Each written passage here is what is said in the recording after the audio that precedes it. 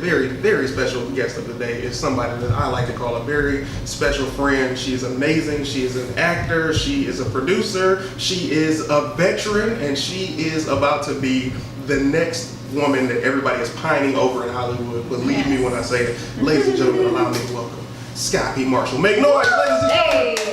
Hey. I'm very well. I'm gonna talk for about 10 more seconds in this hat so you all can see the style that I did, and then I'm gonna take it off and go ahead and put my headphones on, okay, so we can transition and not see the hat hair.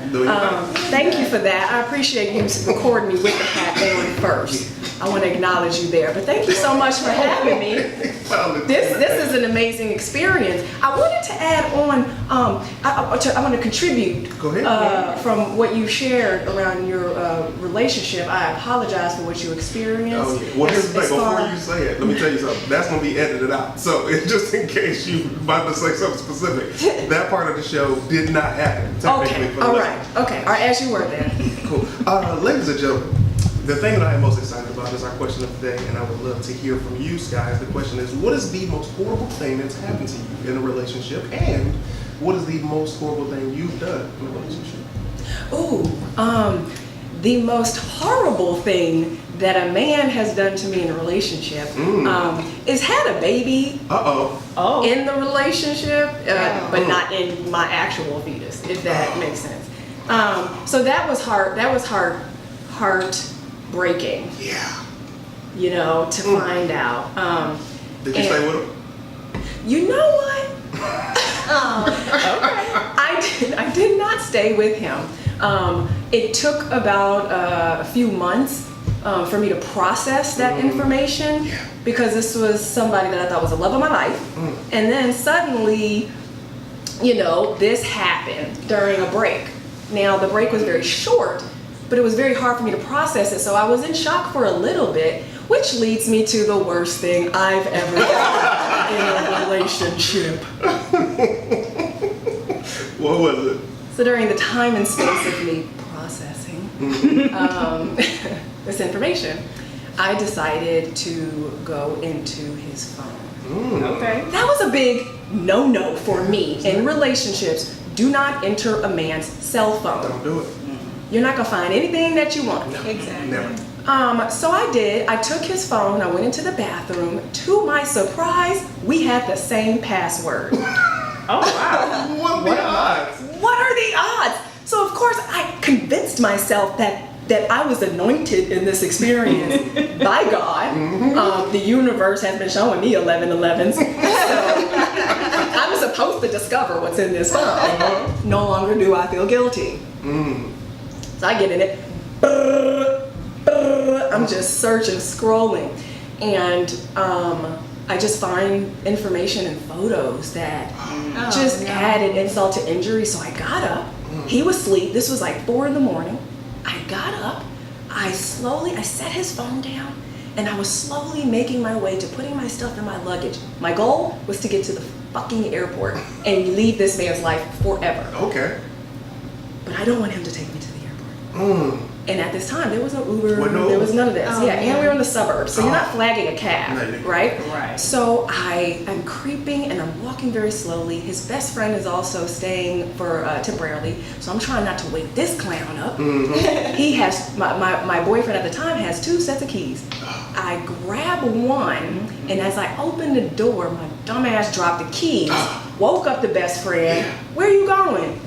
He wakes up my ex, and I go sprinting out the building, hit the elevator, get to the garage. I get to one of his cars with the keys, get in there. My boyfriend, his best friend, running behind me, they get in the other car. It was a speed chase down the freeway. Wow. I'm trying to get to the airport as fast as possible. I didn't give a shit what terminal, I just wanted to find a cop. I pulled up behind a cop. That's all I needed. I dare you to put hands on me. I dare you to act up. I dare you. Yeah. Come on, black man, I'm testing you. So I was able to just hand him his keys and walk into the airport, and I never spoke to him again.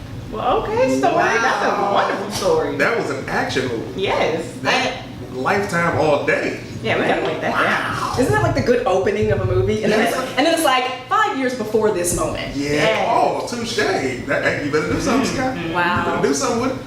Oh my goodness. Pull yourself at yourself. I didn't want her to stop. Yeah, that was good. I will ask some tidbits about the story. Obviously, things that I care about are within. First of all, I care about your well-being. I'm glad that you're good. That's number one I'm gonna say. Yes. Number two, you found some pictures in this phone. Were those girls caked out?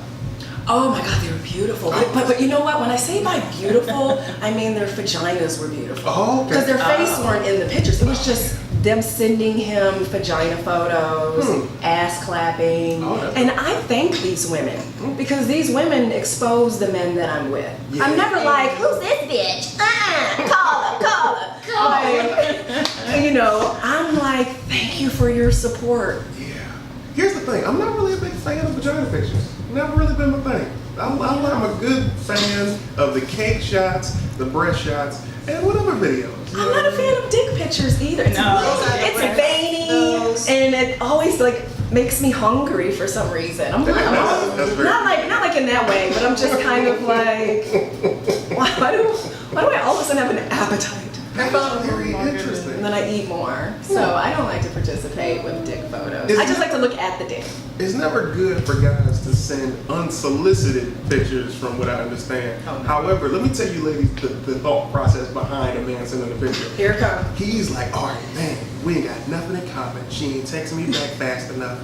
Let me send something that I know will fix this. Insert dick pic. If she like it, we good. That's what the whole men are thinking. But you know what I always imagine? What? How many times did he take this photo to get to the one? Oh yeah. And then that's like not really masculine. Let me tell you something, Scott. I have the standard picture that I found that I perfected from 2008. And I feel like, hey, if it ain't broke, don't fix it. I keep the same 2 stock pictures. Got the dick filter on it. Oh, Lord. Comes with the veins. Because you can take it so many angles, you're like, this is the one I gotta take. No, I just think men are terrible at the dick pic in general. They're not as like precise as women with like the 18, 20, 45, 200 pictures later, the lighting, the angles, like pretty much 90% of all the dick pics I've gotten, I'm like, wow, that is just not really doing you justice, my friend. Like you, like down, that's not the angle for you. Yeah, like you need help. I don't know. Like get a tripod and some lights. I don't know. Take a film class. I don't like them, period. So just don't send them to me. I promise you, I don't like them. But they have graduated to the videos now. Yeah, the videos are fun. I'm like, oh my God, do not send me this on Snapchat again. I will block you. 2 weeks later, oh my God, I have not. You see that I opened it, right? That's hilarious. And no response. Stop doing it, That's please. gotta hurt when you send it and don't get no response. My thing would be, here's the thing, you just post something that was dope as if you have somebody take the picture. The problem with that is if a man sends this picture to a woman, she's gonna say, this is nice, but who took the picture? I'm like, let's focus on this. Gotta remind you guys, we're kicking it with Clayton. You're sitting here with Clayton Thomas, Tiffany Graham. We got young SKYE P, Marshall. We got Mel Walls. We got demands on the ones and twos. My man Young Waz, and the producer of the year extraordinaire engineer, my man Derek. Ladies and gentlemen, call in numbers 323-879-4445. Sky, allow me to ask you this. Yes. How did you get here? What has been your journey to get to this very moment in your career? Wow. This very moment in my career brought to you by choosing love over fear. I've been on my own since I was 17. Crazy. And so it was just, I want to go to college. How do I pay for it? The fear could have come up as far as I can't afford it. But I had to lean into love, which was, this would be a huge accomplishment for me if I can get this done debt-free. So, that's how military showed up. So, the military came in to pay for college to get the degree, and then I ended up at a pharmaceutical marketing firm in New York City. Sat at a cubicle for 2 years where I discovered a cubicle was my idea of hell. I would sometimes have to decide, do I want to throw myself out the window or down the stairs? And that's when I had to say, okay, well, I had to get real. What do I want to do? Fear is always going to come up, or love is, right? So I had to learn at a very early age what energy I wanted to lean into. And love is also very scary, but your actions are very much supportive with your goals. Mm-hmm. Versus if you lean into fear, it is not going to give you the outcome that you desire. Facts. So what's the point? So yeah, once I realized that acting was no longer a hobby because I had been conditioned for so long that was not a career, you know? Like, I even hear it in my voice now, my mom saying, like, just because you go to the gym doesn't mean you're gonna be a personal trainer, okay? It's a hobby. Not that she sounds like that, but in my head, she does. Acting, it was a hobby. Corporate America, that's a job. Yeah, I had to get real with that. And then I just had to say 2 words a lot that I say a lot. Let's hear it.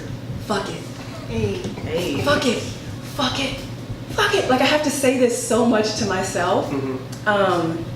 You know, because when an event shows up, how I react or respond is going to get me the outcome. So if back-to-back auditions where I get rejected back-to-back, if my outcome is success in this industry as an actor, then I need to really think hard about what is my reaction to the event to get that outcome. So instead of seeing all the rejection, because you're going to get rejected a lot starting in this industry, right? As an entertainer, as an artist, as an entrepreneur, you are going to have to deal with rejection. So I had to learn how to not see that as rejection or feel it as rejection, but instead as a practice of work harder or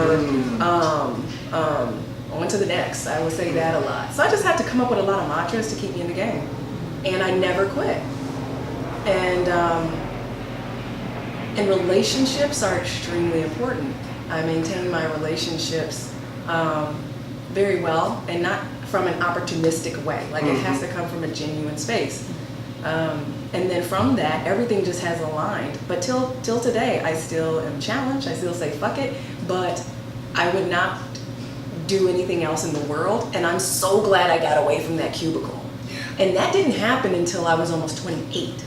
How about that? So I always like to encourage people, like, whenever you have that light bulb go off in your mind of what you're supposed to do or what you feel that you should do it. It doesn't matter what age, it doesn't matter what condition or situation you might be in. Anything can be worked out if you feel it in your heart to do it. You have to, by any means necessary. You just got to say fuck it and just figure it out. And that's what and I'm still doing that. I'm still figuring it out. That is a fact. Here's the thing. It's funny about that is I started stand-up at 18 years old. I was a freshman in college. I had just graduated high school. First time I was on stage was senior year before I graduated, opening for the comedians who came to do the comedy show. And I'm in college, and I'm working at a Payless as a greeter, right?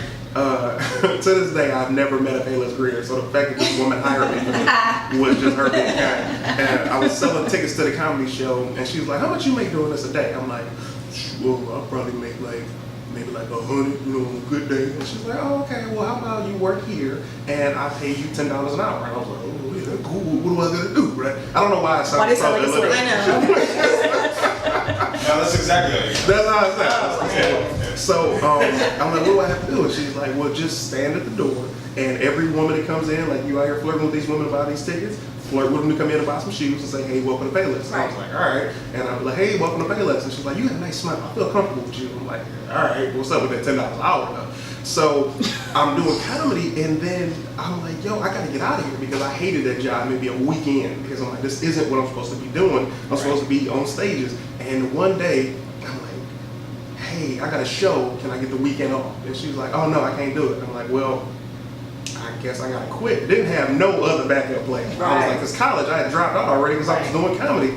And I left, and I'm so glad that I left because once you have that moment, you gotta act on it or else you'll be miserable the rest of your life. For sure. Period. Absolutely. Do you feel like they made you the greeter because you sounded like that? Because I did pity you for a moment. Give him $10 an hour. It was literally because she would walk past. I'm like, hey, Rolanda, how you doing? You know, I'm selling these tickets. You know, because I had seen her in the mall over and over, so I knew her name because I tried to get her to come, and she just offered that job. A very special dude just walked into the room. You can't see him on camera, but he's an incredible guy. Young Tyree's in the building. I want to ask you this: what is the P in SKYE P Marshall? Ooh, yeah. Oh, Been wondering this for a long ass time. really? Oh yeah. Oh my gosh. Oh yeah. It's such an old name. It's my Now I'm really interested. I know you're like, is it Pearl? No, it's Patricia. That's not old. In 1950, it was adorable. That was adorable. Adorable. 1950, you was killing the game, Patricia. Yeah, her best friend was probably Esther. You know, Esther. But yeah, it's Patricia, and I have wanted to drop the P. No. Q for queen. Thank you. I wanted to drop the P, but the thing is that pre 9/11, Sky Marshall was a cool name. Post 9/11, it's like, really, your name is Sky Marshall? So like, Sky and Marshall. Oh wow. I never thought about this. I've been your friend for how long? I've never fucking thought. Yeah. Good things so many years That's have gone so by. funny. But imagine like the first few years during 9/11 while being in the Air Force. Like, so because of that experience, coming into this industry, I was like, let's just go ahead and throw the P in it. You know? That P sets it off. You understand me? Yeah. Sky P Marshall sets that off. And then I got Skype. So that's been an experience. Damn, you can't win. But thank you. I'm so glad that you acknowledged the P. Oh, that P is real. I would like to request that you never use that name moving I will never. forward. No. And thank you. Okay. No, you'll always just be Sky P. I won't ever disrespect. Glad we have that recorded. So tell me this. Now, we've talked about, yes, you jumped into acting. We've talked about the military, but how did you make the transition from the job to now I know how to act? Were there classes? Was it just, you know what, I'm natural at this, let me go straight in? Or did you say, I'm leaving my job, I'm going to acting class, or I'm about to start finding a way to show myself on screen? Yeah, so I was in New York City when I was working corporate, and when I decided I was going to be an actor, I left New York. There was no way I was going to start a new career in such a complicated industry in New York City. Wasn't going to happen. And I knew with my Chicago upbringing, my New York mentality, that I would be I would be able to run laps around these folks in Los Angeles, because I had experiences in LA, and all the actors that I had met complained a lot. So when I showed up to LA, I would like ask, like, what y'all doing? What y'all doing? And then I would do the opposite. Oh, so that's what all y'all doing in this cattle line? Cool. Let me go be different. So I always told myself it's not about what you're doing, it's about who you're being while you're doing it. Let me clarify. When I showed up and I decided I'm going to be an extra on TV, right? When I got there, there were a lot of extras there, and they were like The Walking Dead, just had their head down, just kind of in the moments, doing their job, getting a check. I'm just an extra. I had to say, okay, well, who am I being in this moment? I'm being a paid intern. So when you change the narrative, it was like I was showing up on time, I was hanging by Video Village listening. When they would say like banana around the camera, I'm like, what's banana? And I'm taking notes.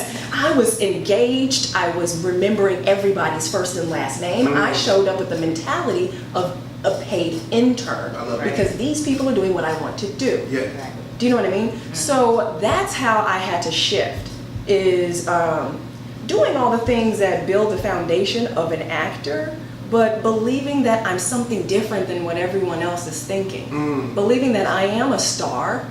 So here are all, let me go get in the mailroom first. That's the extra work, right? And then let me be a coordinator. That's when you get them under 5 words. You know what I mean? And then let me be a project manager. So like I still had that corporate mentality. I still had that freshman, sophomore, junior, senior, and I respected every level that I was in. And when I graduated, you feel it in your heart. You know, I had to say, I'm done being an extra. Absolutely. I'm done. I know that I am capable and I am able. And then here came those under 5 words and a couple of lines here and there. And I was like, oh, amazing. I get to be on set and I get to practice everything I learned as an extra. And I did it. And then I was like, okay, I'm good here. Like, I want to be top of show guest star. Right? So then through that, knowing, you know, what level and tier I wanted to progress to, I would at the same time study the crap out of guest stars and become obsessed with multiple shows at the same time. I mean, the joy that you and I get to have, that our research is watching television, and that we get paid to play make-believe. oh my God. Yeah. This is not open heart surgery. No. Right. At first I had to understand that I am enough. They don't know Sky. They don't know Sky Marshall. And no other woman on this planet has my experiences or been to the environments that I have been in. So why am I going to try to be anything else but myself? Right. So a lot of the work that has booked me so much in the room is me having to face and deal with my own struggles, triggers, emotions, and I use it as a session of therapy. Hello. As Sky. Nice. Like, for instance, there's some challenges I'm dealing with right now in my personal life. And then today I find out I have a producer session on Tuesday that is huge, and I get the lines, and it's all the lines is very close to what I'm experiencing right now. Wow. So I get to hijack these characters and low-key heal myself through their dialogue. And when I'm in the room, they can see and feel the authenticity. Absolutely. That's how I book the room. It's not because I go somewhere and pay someone and they teach me how to cry on cue. No, I'm crying because this is kind of sitting heavy on me. Wow. In the room right now, because I came to talk to y'all about what I'm dealing with, and I'm using this woman's words because I don't know how to put them in words. Wow. Jesus. And those are the moments that have booked the room for me. I'll tell you something. There have never been more conversations that I've had with you that I haven't left inspired. And I'm talking about from when the first time I wrote an episode of, was it Family Time or In the Cut? You did both. In the Cut. You did both. I did both. But you So wrote it was in the cut. Mhm. So I wrote an episode in the cut, and I'm back here kicking it with Sky. This is dressing rooms. We're just talking about the script, and then she's telling me about. At that time, we were talking about an ex, and then you told me about your motivation, what you were about to start doing in your career. You're like, yo, I'm not just going to act. I'm going to empower. I'm actually going to speak. My passion is this, and it was one of those things where. You ever feel like, you ever be home and you eating like some chips or some shit like that, and then you see like this fitness commercial? Let me get these goddamn chips out of here. Like that's what it was. It was literally one of those inspirational and motivational conversations that you had no idea you were imposing. And I'm like, man, I've never had a conversation with you where I haven't been like, yo, let me stop bullshit. It's never been that. So just props off of that, off of the power that you have to be able to inspire and give insight, yo. Let's talk about Black Lightning. Oh boy. Ladies and gentlemen, Principal Fowley is in the building. So how did Black Lightning come about, and what was your experience throughout the entire process? So I went to an event spring of 2016, and Mara and Salim walked up. Mara Brock Akil and Salim Akil were the creators, the showrunners and creators of Black Lightning. And I went straight up to them because, again, as an actor, I am addicted to the trade, which Deadline, Variety, Hollywood Reporter. And I had just saw that week that they got an overall deal with Warner Brothers. So again, a part of that whole relationship cycle, I approached them and I just, one, congratulated them, but then also just kind of kept just slapping them in the face with the funnies, right? And just, and like we're just, catching on like a house on fire, having a good time. And then I ended the conversation first. I'm busy and I'm out, right? But I know that I left them with something. Black Lightning wasn't even talked about or discussed at this time, but they were on my vision board. And I needed them to know that. And so that was just seed planting for me. And then a year later, pilot season comes. They had me go in and audition for Lynn, the mother. First of all, let me back up. To everybody who's listening to this, everybody's watching this, let me tell you something. Mara Brock and Salim Akil, these are producers and showrunners of Girlfriends, The Game.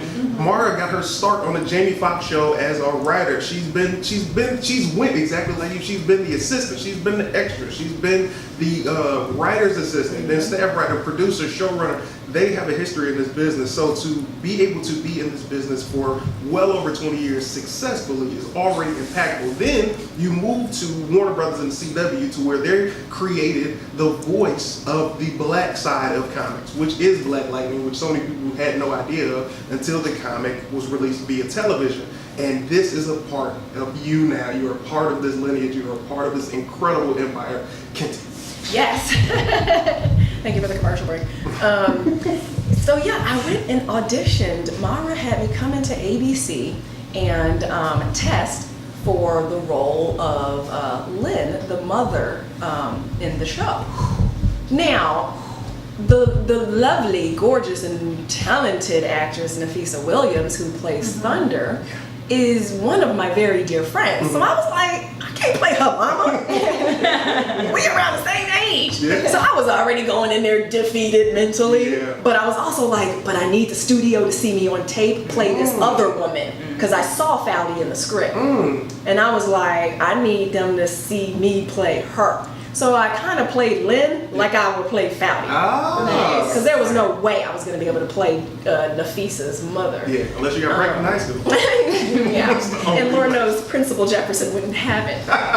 So I came back, read for Fowdy, and it was a mess, that audition. I was filming Major Crimes, and I was like having to run from one place to the other. I'm attaching my wig on my way in the car while having a janitor zip up my dress that I just put on in the bathroom. Yeah, he was ready. I ain't doing nothing on mama. What you need? Actually, he sounded more like señorita. Yes, I can. Whatever.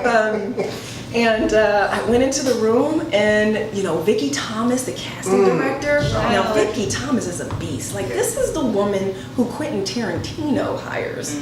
All right. I went in, and she has a poker face that doesn't have a price tag. You can't buy it. And she gave me one of those very sweet, "Thank you for coming." And I got in my car, and I pulled off my wig. And I put the other one back on. And I returned to set defeated. Only to find out that I booked Miss Fowdy.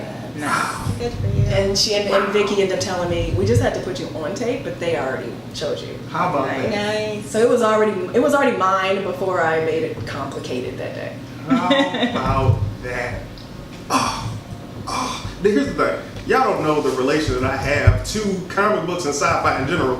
When she booked this role, I don't know what number of people that called you, but I was excited like it was Christmas morning because I knew your life was about to change. This is a comic book franchise, and comic book fans are the most loyal and supportive and die-hard fan base you will ever have. And to be a black woman killing it, because you weren't just, this isn't some, I'm gonna sit behind a desk and I'm just gonna wear like flowers and everybody have a good. She's kicking ass in the show. Not only that, but she's looking incredible doing it. Like, you had to have, this brings us to my next question.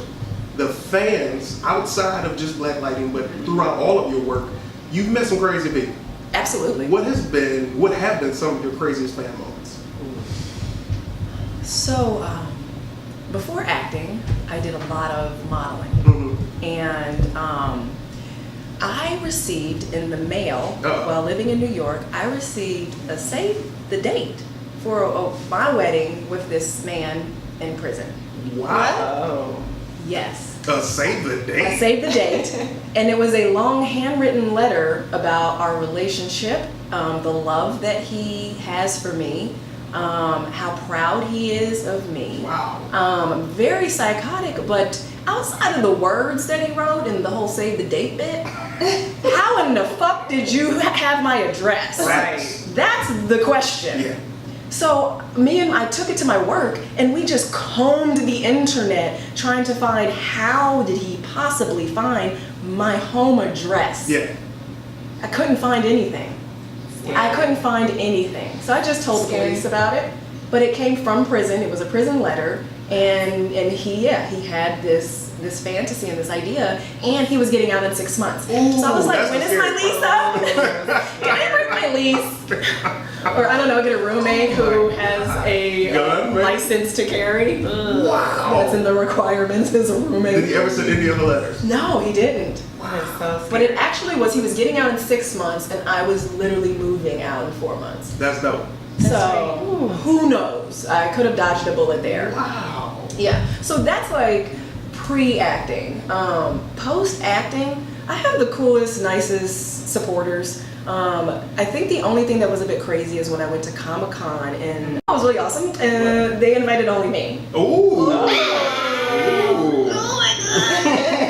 Yo, I was like, who wasn't available? Was it Tobias? Was it Thunder?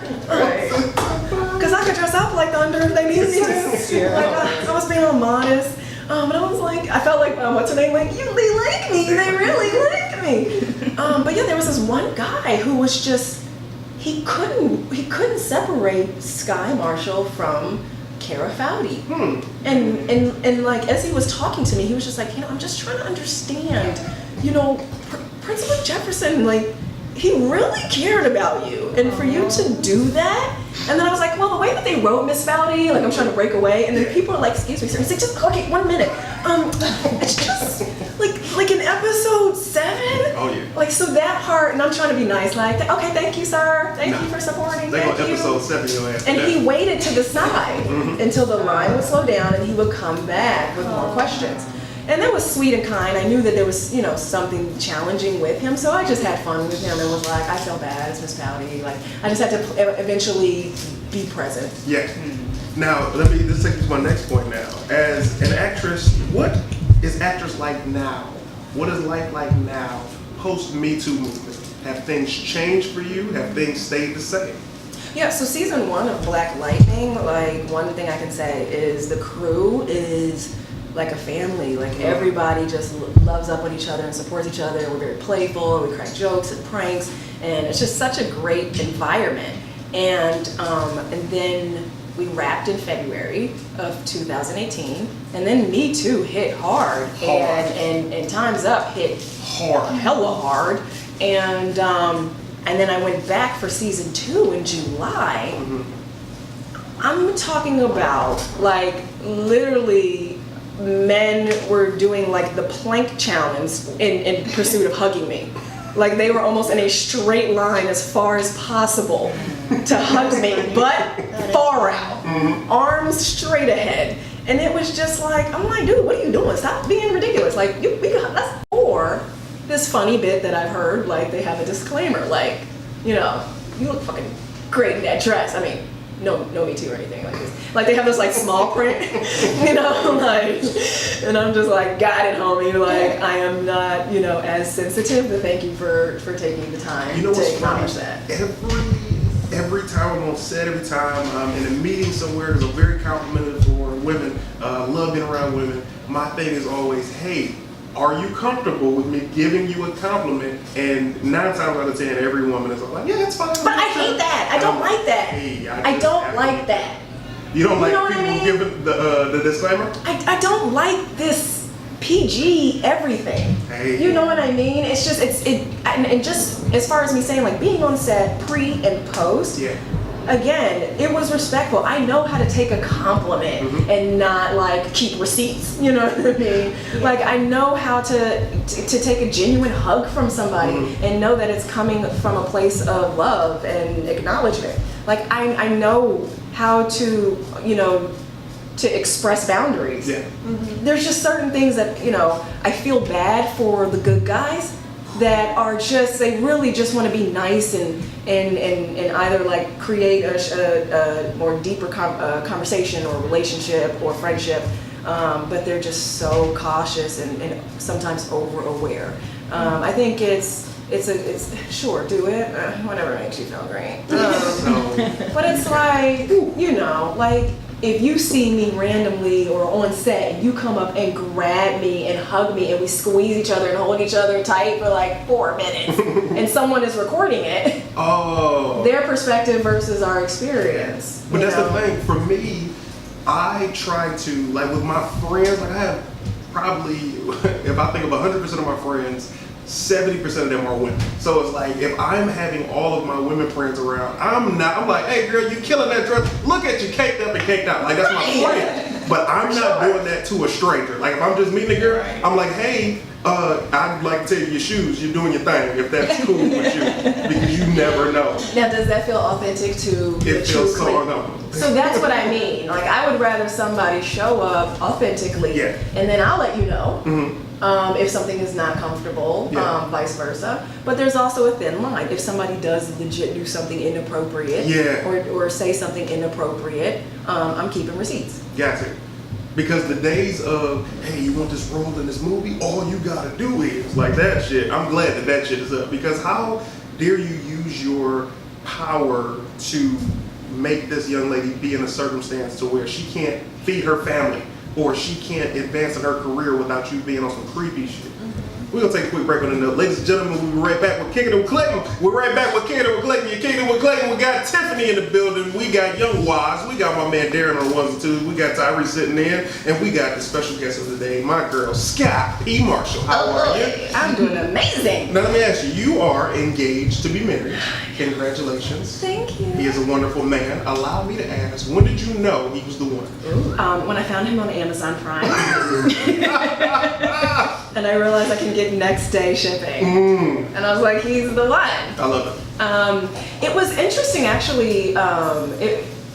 We had sat down, he wanted to meet up to sit down and have a coffee date to talk about things, not even a coffee date, a coffee to talk about things that he was dealing with in his life. I was just showing up to be a supportive person who had just really, truly met him a week prior, week and a half prior, right? And when we left the coffee shop, when I came into the coffee shop, I wasn't checking for him. Even during it, I wasn't checking for him. We leave the coffee shop. I am not lying to you, Clayton. Physically, my body went up in like flames. My palms started getting clammy and my heart started racing. And the first thing I thought was, as I looked at him, fuck! No! No! Not now! Is what I thought. Except what came out of my mouth was, hi Terry, I just want to let you know that I am feeling you. Not like in some like cool hip way of saying I'm feeling you, but like physically I am feeling you, and you know, if we're gonna have this friendship, just tread lightly. Because I just like to communicate, especially in important moments. And I had been waiting for years for that feeling. Like I can easily put down a list of things that I want in a man and be like, yeah, he has to have these qualities and characteristics and be an air sign and like to travel. And yeah, so he fits the bill. It's him, and choose. Like I wanted to feel it. I wanted my body to respond and choose. And I waited for 6 years for that to happen, patiently and impatiently.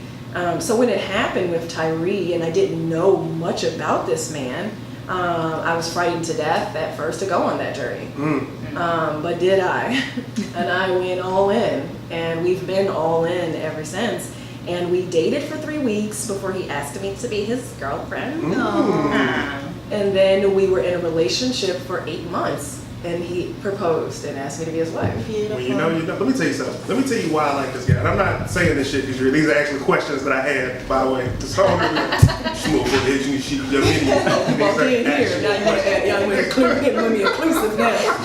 I like him because y'all fit perfectly together. Like, if you guys don't know, SKYE loves to fucking travel. Like, every time you see her doing some, she just there. Oh man, I didn't know people had people on the moon. She's at the So he's also a traveler. And every time I see you guys' pictures, I'm like, yo, this is dope. Like, you found your exact match. And it is so rare, especially in this city. Yes, absolutely. Especially in this city.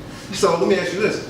Pet peeves. What are pet peeves that you have about people that you do not like? I'm going to let you hold that for a second. I'm going to start with Mel. Mel, what are some of your pet peeves? What are some things that you cannot stand? I don't really like people that can't make up their mind. Oh, you don't like indecisiveness? Exactly. I just like people that are assertive, that will go after what they want, or like even as far as like girlfriends asking for advice. It's like, I'm going to give you this advice. Where are you going to take this advice? Hello.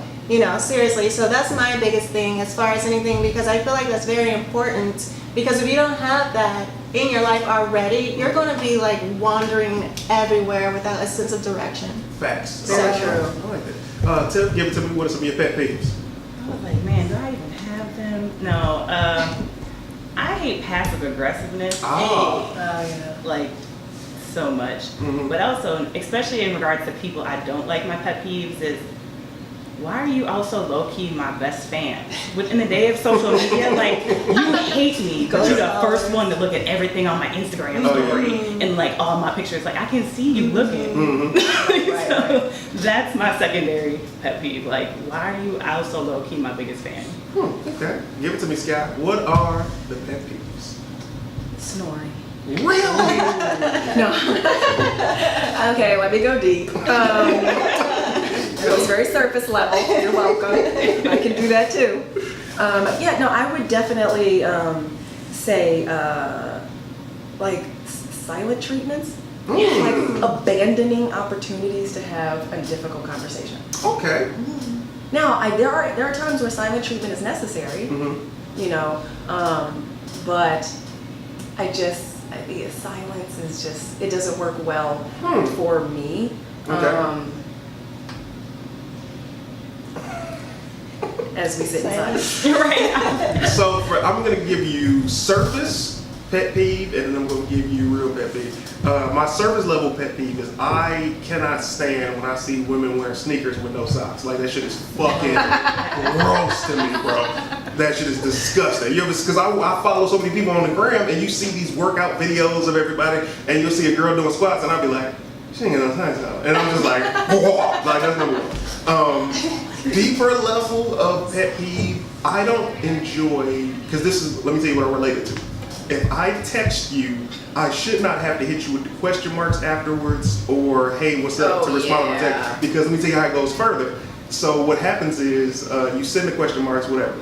What you originally said, let's say I say, hey, how do you feel about X, Y, and Z? They don't respond, you hit them with question marks, they don't respond to that. Forget it. Day goes by. Next day, you hit them. Hey, what's up? I'm saying, hey, what's up? To the question marks that I just fucking left you. Right. They respond back and be like, hey, what up? You're like, oh, we acting like the text don't exist. Is what we doing. That's like the silent treatment thing. So what happens is when people do that in other aspects of their life, they handle things the exact same way. They ignore things and they ignore their problems and don't handle them. So if you don't handle your problems, that shows me that I can't deal with you as a person, because what if we ever have an actual problem, you won't deal with it, which goes back to your passive aggressive. I had to learn the difference between hearing that quote unquote negative voice and people that would say like, oh, be positive, just think positive thoughts, right? Yeah.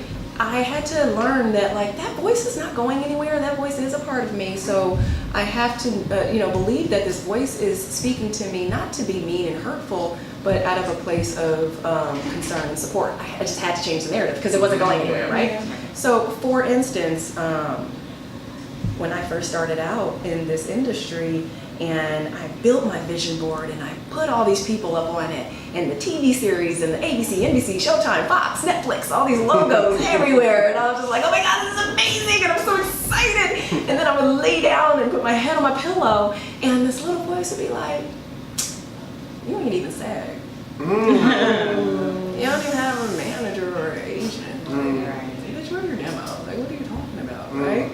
So some people would be like, shut up, don't be negative, think positive, stop, stare at your vision board. But I had to hear that voice as a to-do list. Yes. Okay, well let me go get my SAG card. Got it. Okay, let me go get my manager and agent. Got it. What is the voice saying? Demo reel? Cool, I'll go create it. And then I'd come back and it's like that voice starts to go away, so that now when I look at the vision board, my deserving feelings match it. Yeah. So I would always, suggest to young women and women of age that if there's something that you desire, that you want, first really sit with yourself and your level of deserving feelings and self-love, right? Because the more you stare at yourself in the mirror and talk about how amazing you are and how great you are and all these great, amazing qualities, that self-love increases, right? So that you don't need the recognition of the world to feel that for you. You feel it yourself, the rest of the world will give you that overflow of love, right? And that's like, oh, that's what then increases the deserving feelings. Like if all these people love me and supporting me, then I have to be able to live the life that I've always imagined. So then your deserving feelings increase, and now you look at your vision board with purpose and with expectancy, and you go into the world looking for things to happen, synchronicities and like you bump into someone at Trader Joe's or your phone rings and it's that casting director and you're like, this has to be it, right? And life just becomes a bit more fun. So all I would say is like, don't quit on yourself and don't quit on your dreams and your reason as to why you decide to do anything, relationship or work. You have to start with the mirror first, and then from there have a very concrete vision of what you want, and that vision will change, fine, but as of right now, what does that vision look like? When you go to bed at night, whatever the little voice is saying, if it's supportive, amazing. If it sounds negative, start writing that down and start to experience it as a to-do list, and then keep checking back in with that vision board, and eventually everything that circles in your mind will be positive and things will start to manifest in your life. Jesus Christ. You are such a beautiful person. You're such a beautiful person. I'm like sitting here and I'm like, oh my God, you're awesome. Thank you so much. I need that win to happen immediately, and you need to pop the baby in an ASAP. Ladies and gentlemen, kicking it with Clayton. We're sitting here. I got Tiff, I got Mel, I got a producer of the year, engineer extraordinaire, my man Darren on the camera. We got my man Young Wise, and our very special guest of the day, SKYE P. Marshall. Now here's when we're talking about projects. We've all had the situation where you got so close. Something just happened to me earlier this month where I'm talking about tasting the money. You understand me? And it didn't go down, which means it wasn't for me. I definitely am not gonna lie. It fucked your boy up for a couple of days. I had to be like, hey man, I ain't taking no calls. I'll talk to you in a while. Oh yeah. What are some of the projects that you were like, oh, this was mine, and it went another way? Oh God, I recently had this experience where I showed up to set crying. They had to put me in a different room. People can barely talk to me. Even while I was working, the camera wouldn't even be on me. The coverage would be on another actor, and I'd be crying. It was the moment I found out I was getting killed on Blacklight. Spoiler, spoiler. Should have probably said it first. You should have. Didn't that hurt you a little bit too? A little bit, right? Right in that center space of the heart. Like, it hurt. right? It stings.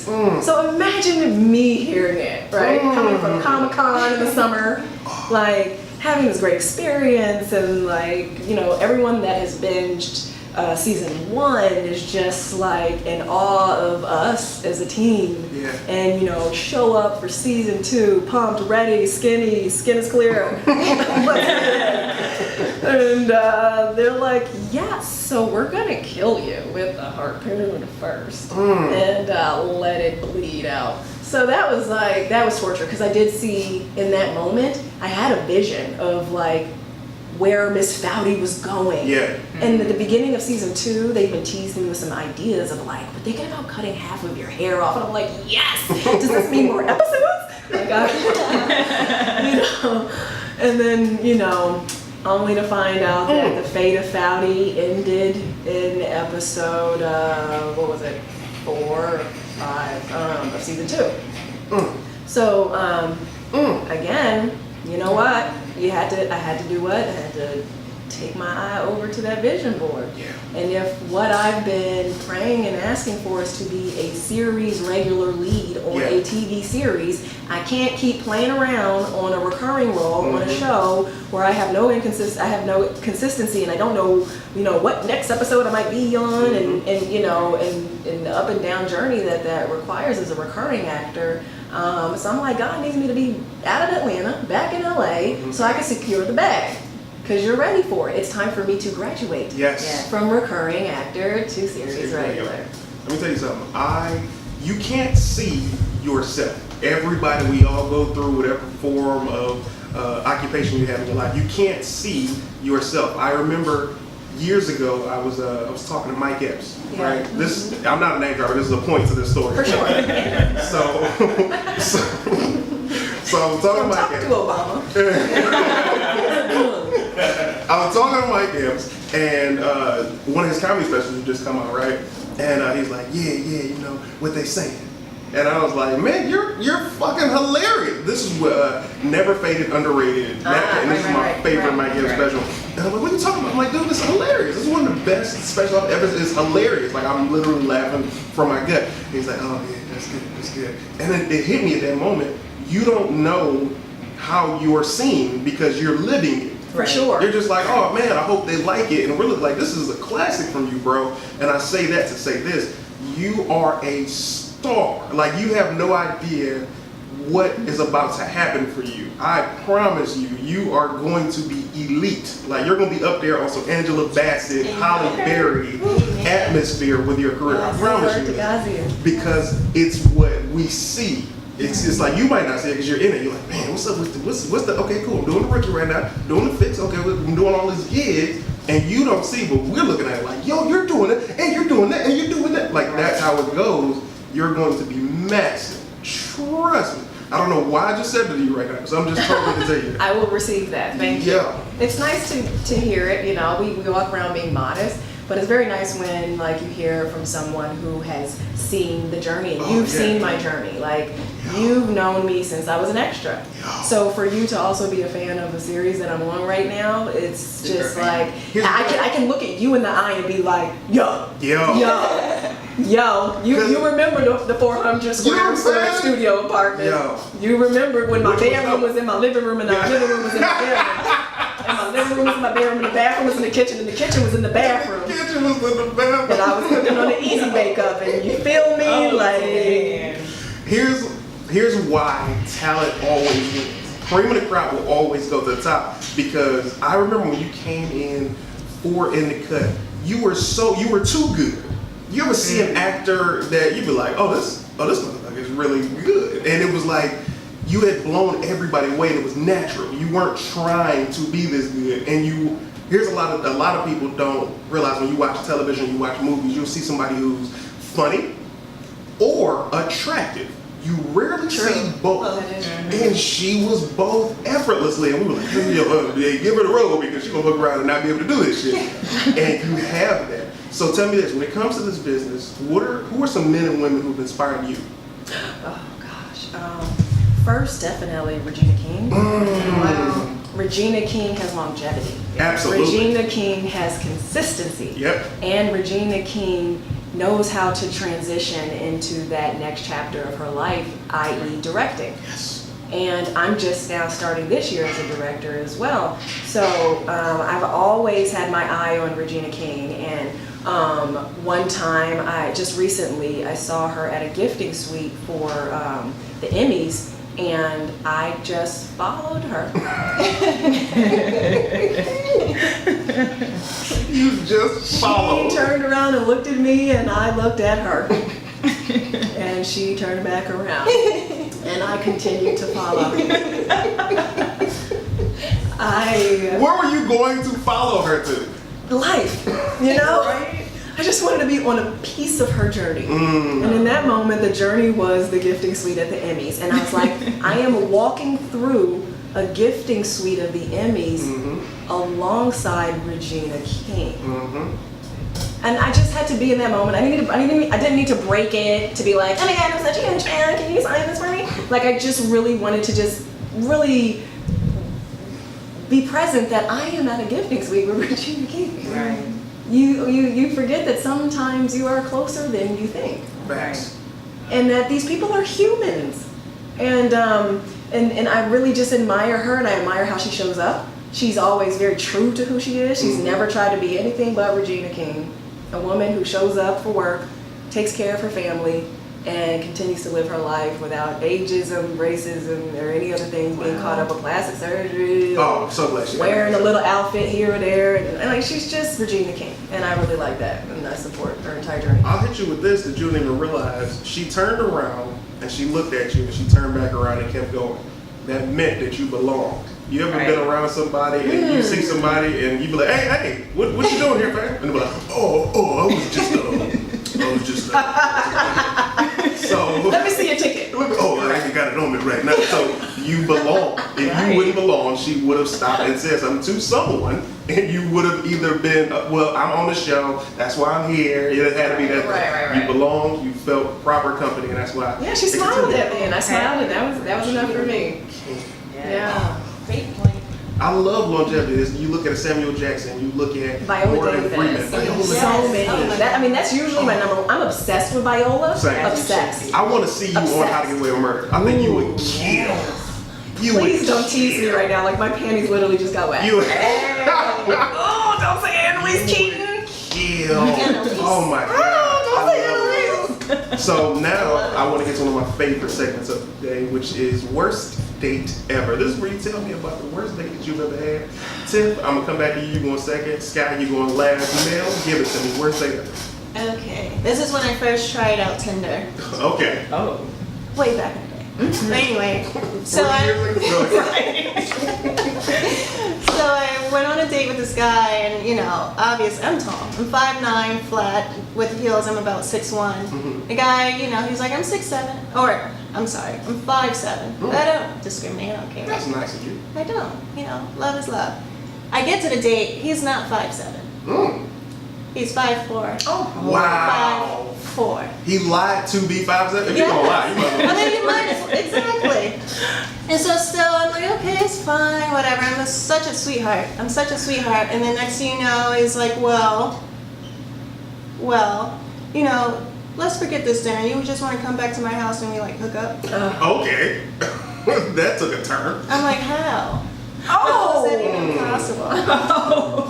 So it's kind of like the worst date, but to me it's so funny because, he kind of had big boy pants at that point. Oh, yeah, sure. It was like, well, you know what? Fuck it. You want to go back to my place? No. But the sushi real good. Check, please. Oh, man. Well done. That is unfortunate. I couldn't believe 5'4". 5'4". I haven't been around someone that small since, I don't know, 6th grade. Wow. First of all, I'm not going to sit here and allow you to keep shaming people that are short like this. I'm not going to allow it to I'm a continue. tall person. I'm just saying. Tiffany, give me your worst date ever. Oh my goodness. Okay, so I don't like name dropping either. LA, a lot of people do name dropping or business name dropping or whatever. So I got picked up in Whole Foods. He asked me out, and immediately I noticed oh, you have these gorgeous long dreads. I have a soft spot for dreads. But he was wearing a hat, so I'm immediately was like, you got dreads, but you got a hat on. Catfish. I was like, oh man, oh no, you ain't even ready. So he asked me what do you like to do, whatever. I'm like, I love active dates. So I was like, he's like, oh cool. He's like, I'll send a car for you, and we can go to Redondo Beach, we'll ride some bikes, and he's like, then we can go to this barbecue. And I was like, oh, this sounds bomb. It was Memorial Day or something, and I don't have any family in LA, so I was like, okay, I got nothing else going on, let's do this. First, I got catfish round 1 because when he sent me the car. Round 1. Round 1, this whole day's terrible. So the car that gets sent for me, he sends me a screenshot, and it's a Rolls Royce is coming to pick me up. Okay. And I was like, okay, because he had dropped that he was a producer for Live Nation. And low key, I'm like, don't ever lie to me, because I actually know people who produce for Live Nation. So I was like, well, I'm going to clearly ask them who you are. So I asked, and they're like, we don't know who that is. And I was like, oh, dang. So then the Rolls Royce is supposed to be coming to get me. I'm like, well, okay, maybe he's for real then. That's legit. Side note, I didn't even know you could Uber in the Rolls Royce. But whatever, And then it said canceled. And then sent a new car, he accidentally hit Uber, the Black X or whatever, the Uber Black, and then all of a sudden Toyota was coming. So I was like, oh man. So then I was like, fine, I'm already in this. So I took the Uber to his studio, which I then learned that he's living in, and he's an independent contractor to Live Nation. I'm like, this is why am I still here? So But at this point now I'm just curious, I am gonna ride these bikes. I'm in this. So we go to eat at some restaurant, and then we Uber all the way to Redondo Beach to ride the bikes. And I'm already happy now. I'm in my happy place. Yes, riding the bikes. I don't really care what he's doing, honestly. Right. I'm like, you lead, I like to follow. So he's a little ahead of me. I'm riding the bike. And next thing you know, this gust of wind that takes the hat off. Oh, And he's ahead of me. So I pick up the hat because I'm a kind person, and I pedal it up to him. And it's worse than the LeBron James hairline. His dreads start so far back. And I just looked, and he looked at me, and he was like, well, now you know.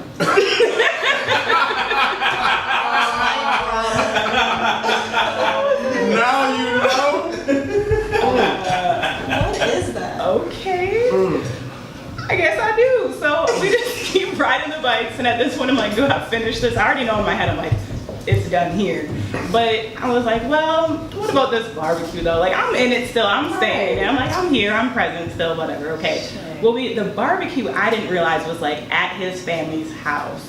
So he brings me to the family's house, at which they all apparently assume I'm his girlfriend of long time because he's never brought a girl home. And I'm utterly embarrassed for him. They're like, oh my God, how long have you dated? I'm like, we have not been. Like, what?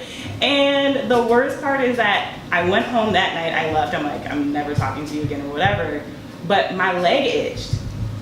I kid you not, whatever house we were at had bed bugs. I just knew inherently to like take all my clothes off and put it in a garbage bag for some reason because I just hate critters and like any itch, like I cleaned everything with bleach. I put everything in a bag, I tied it closed, and the next day I went to the doctor and they're like, yeah, that's definitely a bed bug. Damn. And I was like, worst date ever. We got a caller as my skin is crawling. Caller, you're kicking it with Clayton. Who am I talking to?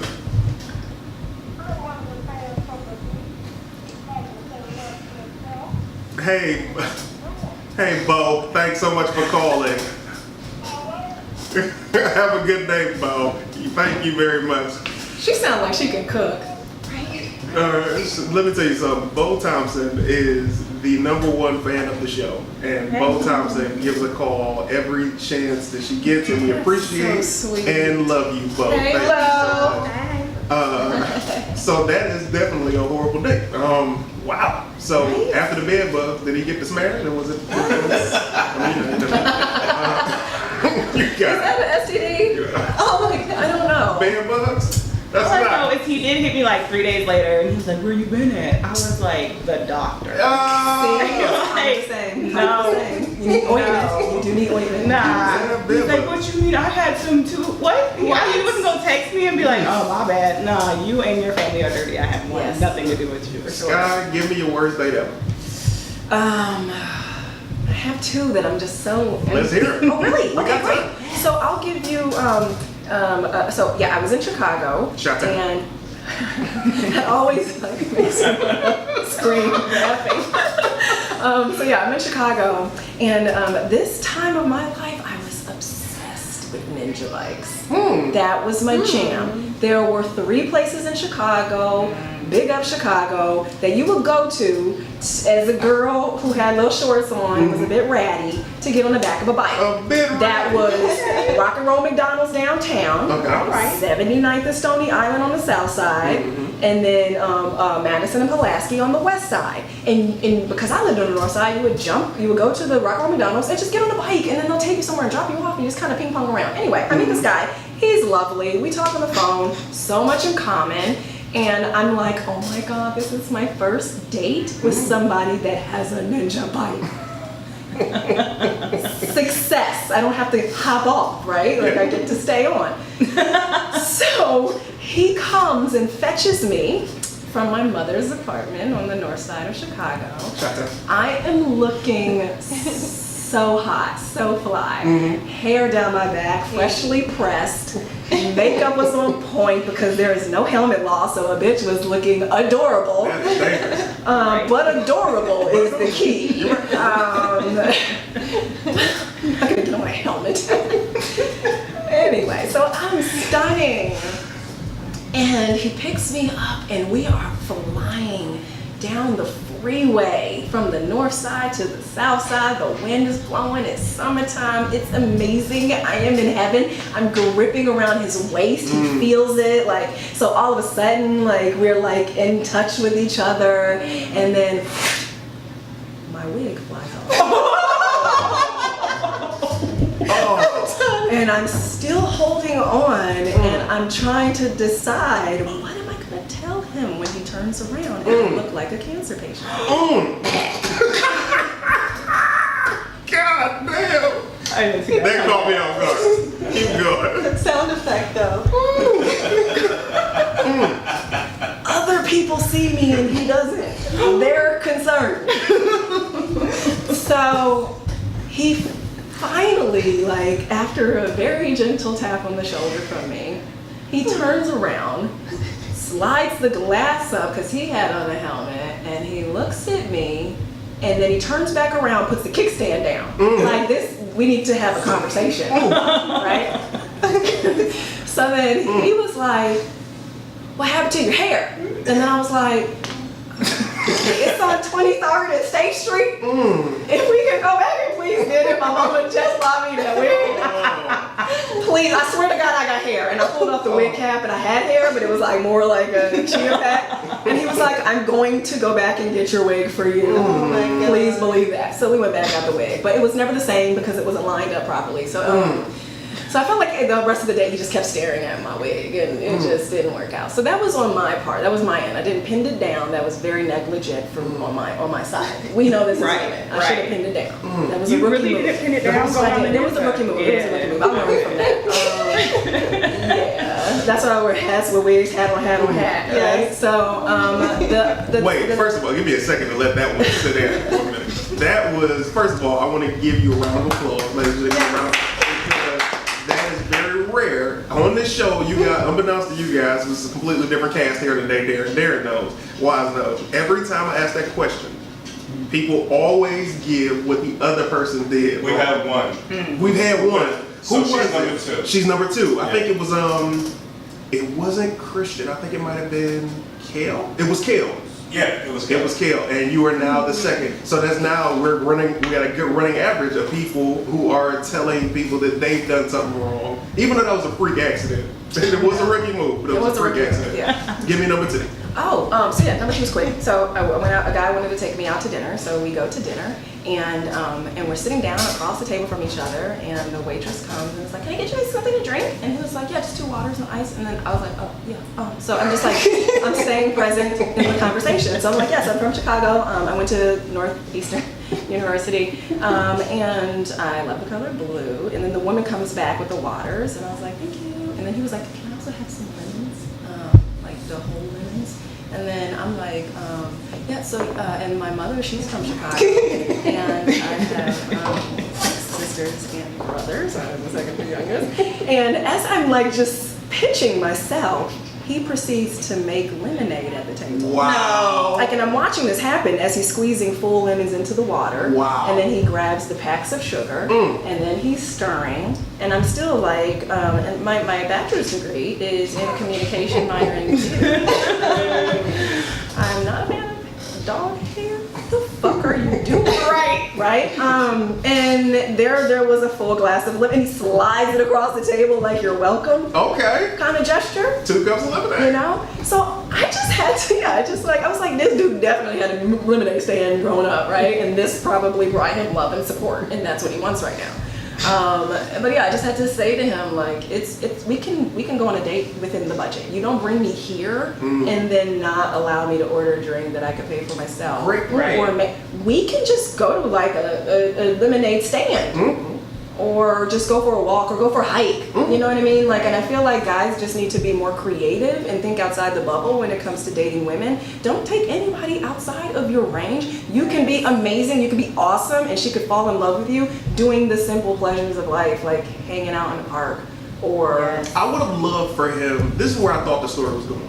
And this is where I thought she was gonna say, he started making lemonade. I'm like, okay, he don't like store lemonade. He's making his own shit. Okay, cool. And then he ordered the expensive dinner and paid for it, which showed you he wasn't cheap. He just liked making his living. That's where I was hoping the story went. Outside of that, fellas, she gave you some options. When you go on a little date and you can have some adventures and you want to take her on a hike, my advice is hike the trail first. Don't hike it for the first time with her, because you don't know if your wind is up to that challenge. You got to make sure your wind is ready. Right. And I've never been the date guy. I'm the let's go sit at a Starbucks, let's talk, let's go to the mall and just talk, because I don't want either of us to spend money if we're not compatible. And then there's a whole bunch of stuff that I would do when I was dating to make sure that she was cool before I even wanted to be out in public with her. I wanted to make sure she texts back fast. Hello. I wanted to make sure she had great conversation. And I wanted to make sure that when I saw her next, that she would look like she did when I met her. You know what I mean? Which is why I don't usually like dating a lot of women with makeup. I can deal with the makeup when you out and about, but if I met you with the fresh face, no filter, I want to see that fresh face again. You understand what I'm saying? Yeah. So yeah, but that's not okay. When the bill came, Well, no, the thing, Clayton, is what I'm saying is, if you are taking a woman on a date because you want to treat her to a dinner, don't limit her and You're right. limit her experience You're based right. off of your budget. I can pay for my own meal. Right. Yes. Do you know what I mean? But he wanted to pay for it. So he wanted to pay for it based off of his budget, but also show that we were at this nice restaurant. Oh, that doesn't fit. That's stupid of you. Like, I want you to have the opportunity to treat me, so treat me at Chipotle and bring a Absolutely. bag of jokes. Right. Like your best hitters. Damn. Here's the thing. What he also didn't think this through, because at an expensive restaurant, the drinks are the cheapest thing in the spot. Like if he took you to, let's say, Mastro's in LA or Morton's, the drinks are cheap because you're paying $100 and something for a steak. You get In comparison, because the drink is still like $15 though. but it's only $15. But imagine if you walk a girl into Chipotle and you like, baby, get whatever you want. Yo, put extra cheese on it. Yeah. Go ahead and add that extra scoop of meat. Yeah. Now you look like a boss, right? Because you let her get that extra scoop of meat. That's a good point. Right? So like, that's like, oh my God, he cares about my portion control. Like he also fair. wants me to get that extra large drink and the chips on the side. Like this is amazing. I got beef with Chipotle because Oh Lord, I done Here's the thing. He has triggers about I Chipotle. got What they beef with do? Chipotle. At the beginning of Chipotle opening, they didn't used to charge you for the extras. They just gave you your scoop of whatever you wanted. And then, like 3 weeks into them being open, they're like, yeah, scoop.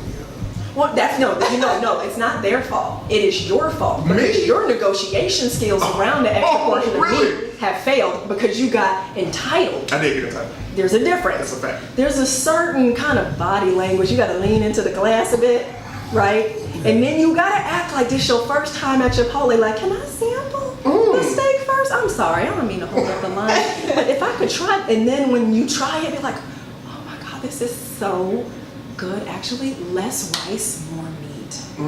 Right? And then they want to be that person that like provides this experience for you, right? Like, damn, she's not just like another person.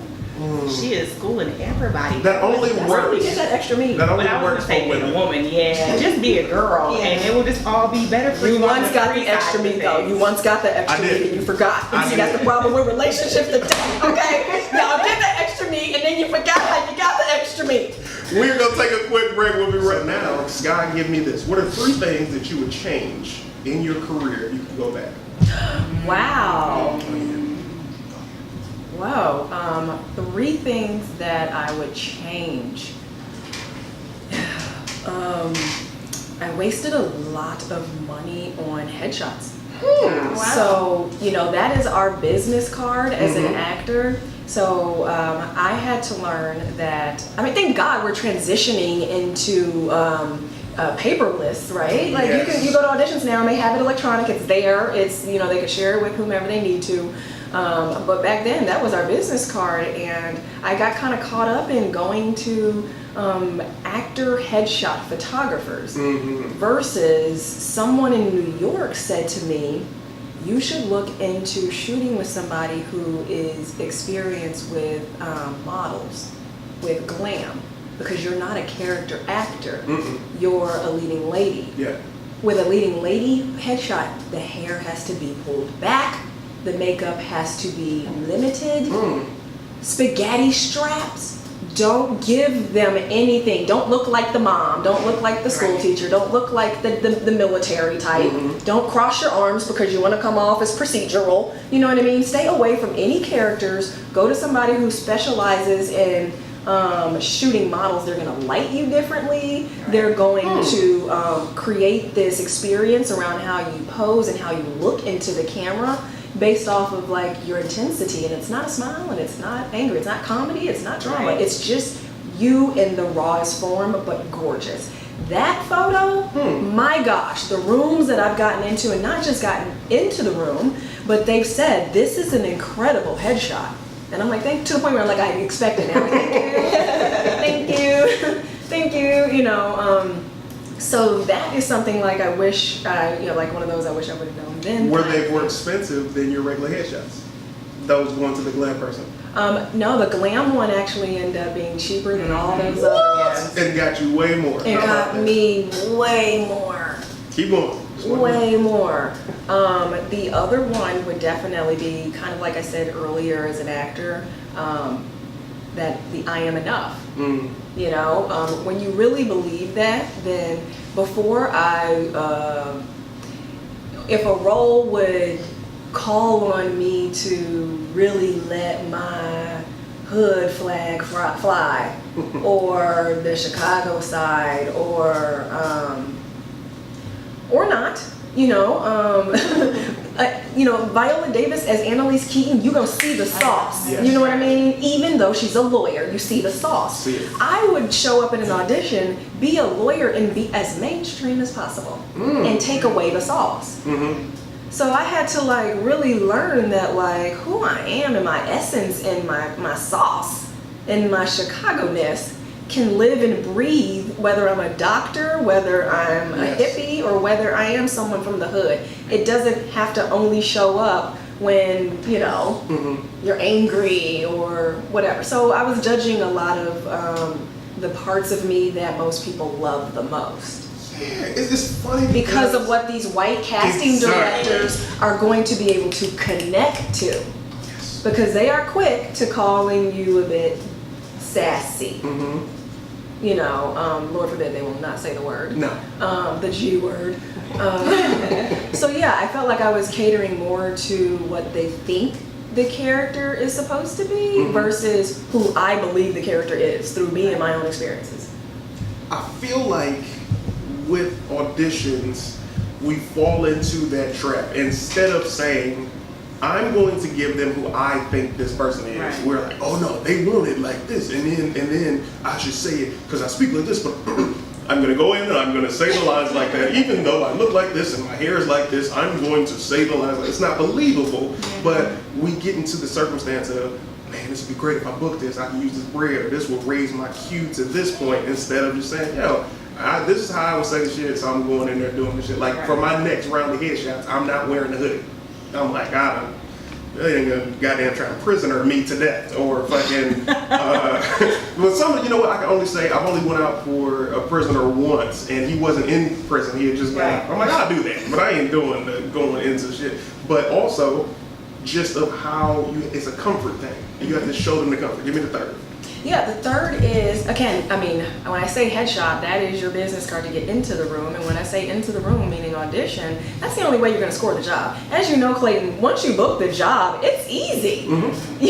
You get to repeat the same scene over and over and over and over and over. Eventually, you're going to get it right, and you move on to the next scene. You can take a nap in your trailer. Like, you know, it's really getting into the room from your headshot, your resume, and your reel, and then what you do in that room. So the third thing as an actor that I wish I knew earlier that I know now is I had to learn how to own the room. And when I say own the room, it's not just going in there confident. Owning the room is when I was at home and I received the audition, I prepared in a certain type of way that I know is going to win the room, right? Based off of my choices. When I ran the scene with my fiance or my friend, he stood to the right of the camera, whatever, and we both stood up and did it. And now I walk into that same audition, the casting director is sitting down to the left of the camera, right? So owning the room to me is, with all due respect to all casting directors, actors, we need to really, like, at least for myself, I had to believe that, like, they are glorified self-tapers. They are hired to self-tape you. The reason why I say glorified is because they are skilled in a way to be able to filter through the BS and the talent. Yeah. I know I'm talented. Again, the deserving feelings before I walk in the room. I already know I deserve it. So I'm taking my time to show up. Right. Now I need you to stand up and stand to the right of the camera. Can you do that? Yep, and they love it. They're like, absolutely. They'll adjust the camera for you. She's prepared. That's what they want. They know that you're coming in with choices and they want you to win. Yeah. You know, versus before I would walk in giving them all the power and I'd be like, oh, so I just stand here? Okay, yeah. Well, do you have any questions? No, because you want to like feel like you know what to do. When they say, do you have any questions? Now, I'm like, yeah, give me the cheat sheet. What the producers say, what do they want? Ooh. Right. What's the pace? Is it quick or should I like take some moments? And if I take some moments, where's the beats at? Ooh. Right. Like, give me the cheat sheet. You know what the producers want. Right. You've already seen 25 girls do it. What do you want to see differently? Like, I'm cutting the shit now. Okay. Like, why go in there and just hope that you nail it? No, they got the answers. Get them. Very quickly, give me what's coming up for you and how can people find you? Oh my God, I'm so excited because it is one of my dream roles. It is a very Olivia Pope, Annalise Keaton type character. So it is also on ABC where Olivia Pope and Annalise King. You see what I mean by you're closer than you think you are, right? Absolutely. So it is a new procedural drama, legal, on ABC called The Fix, and it is created by and produced by Marsha Clark, the prosecutor against O.J. Simpson. So yeah, so she is bringing her expertise to ABC, and we created this legal drama. And the character that I played, when I first saw the breakdown, it said Angela Bassett at 35. I'll let you go. Okay. I said, I dare y'all to get this to somebody else. I double dare you. So I went in there and just owned it and booked it the same day. Love it. So the day I booked it, I had to show up to set the next day. That's the blessing. I like that immediate gratification. So it will air on ABC. They're saying potentially March or April, but they just haven't identified that. You'll start seeing the promos everywhere as ABC does with their new shows. And so my name is Angela Ashley, and I am a defending lawyer. Hey, viewing party, we're doing the view. Is it viewing party? Absolutely. Right, cool. Yeah, for sure. SKYE P Marshall. And ladies and gentlemen, we're about to be going. How can we find you? What's your Instagram? Mel Walls, MEL, period, WALLS. Nice. What's your Instagram? Tiff Talk TV, TIFFTALK TV. And we can find you at? And I am SKYE P Marshall. Instagram at SKYE, SKYE P Marshall. I want to thank everybody for coming and tuning in. I want to thank you so much for spending your time and your day with your boy.